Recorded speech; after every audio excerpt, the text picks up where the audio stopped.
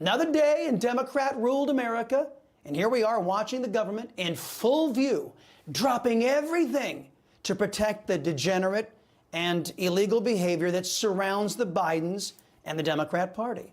It's a full-time job.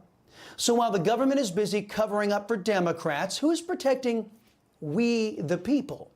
The great cocaine cover-up. That's my focus that I can't believe I have to spend time on in today's preamble.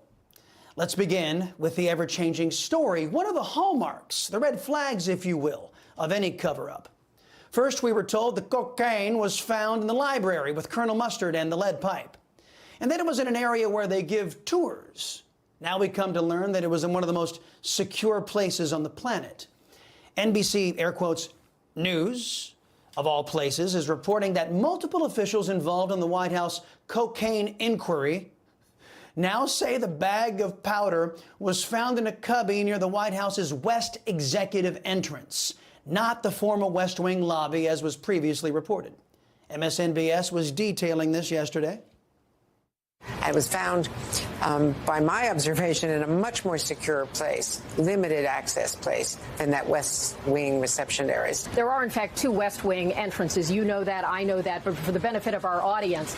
And now the investigation has progressed, and so they're saying the West Executive entrance, which, as you noted, is closer to the Situation Room. It is also next to West Executive Drive. That's where, for example, the vice president's vehicle is parked.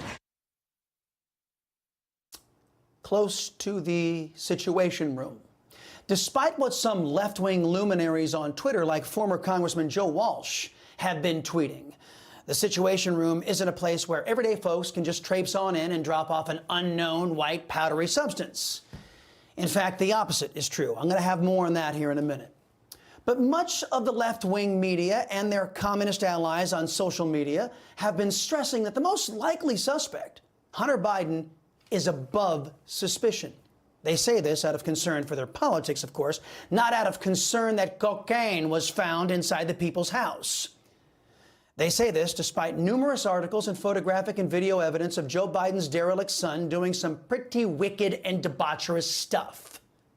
So, the left, in an effort to protect their political interests, have forbade we conservatives and the press from looking at anybody with the last name of Biden as a source of the illegal activity. Incidentally, this is something the social media sewer and the press have in common with the FBI and the DOJ. So let's adopt their restrictions for the moment and look for another possible source for the cocaine at the White House. As we just heard from MSNBS, only regime luminaries have access to that secure area without having to go through a regular security check. Folks like the failed border czar, Kamala Harris. And judging by the way she's been speaking lately, one could credibly question whether or not she's under the influence of something. Well, I think culture is, it is a reflection of our moment and our time, right? And present culture is the way we express how we're feeling about the moment. And we should always find times to express how we feel about the moment that is a reflection of joy, because, you know, it comes in the morning.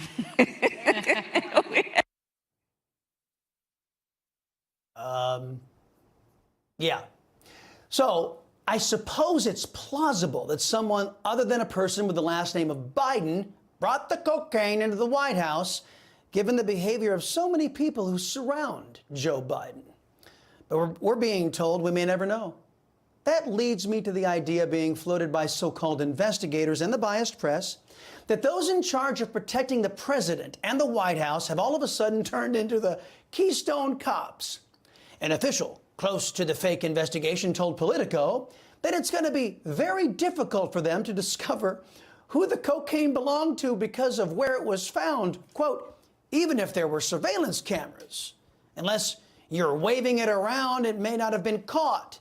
It's a bit of a thoroughfare. People walk by there all the time, claimed the unnamed official.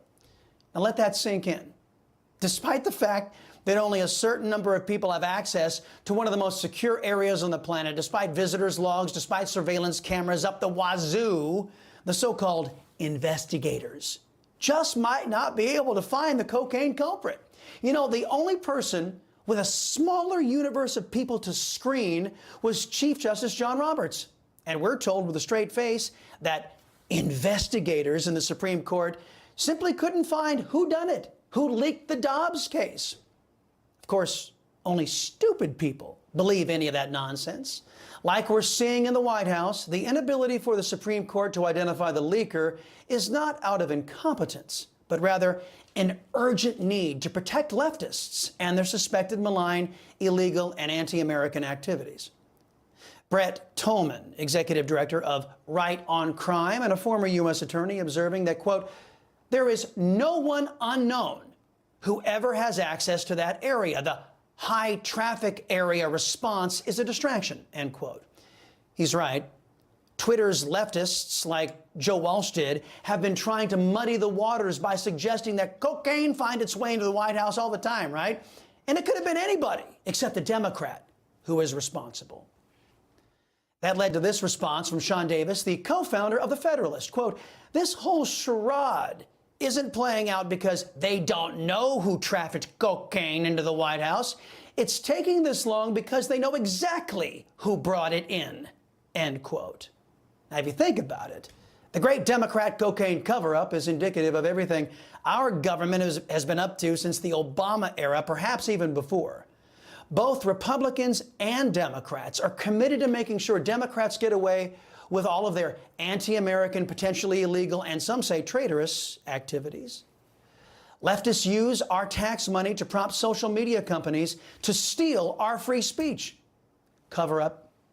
The NIH funds gain-of-function research at the Wuhan lab. Cover up. A staffer for then Vice President Joe Biden CC'd Hunter Biden on an email to Joe about a scheduled call with former Ukrainian President Petro Poroshenko. Cover up. Evidence shows and whistleblowers charge that Joe Biden and his crackhead son took foreign cash in exchange for changes to U.S. policy. Big cover up.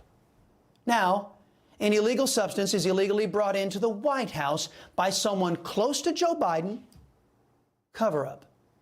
The American people are having our tax dollars taken out of our paychecks so we can pay a government that has a full-time job of cleaning up after Democrats and the Bidens. Right now, instead of protecting the American people or the lives of the first family, the DOJ, the FBI, and sadly the Secret Service, dedicated to making sure the American people don't know the true nature of the degenerates who are running our country into the ground. I didn't sign up for any of this. Did you?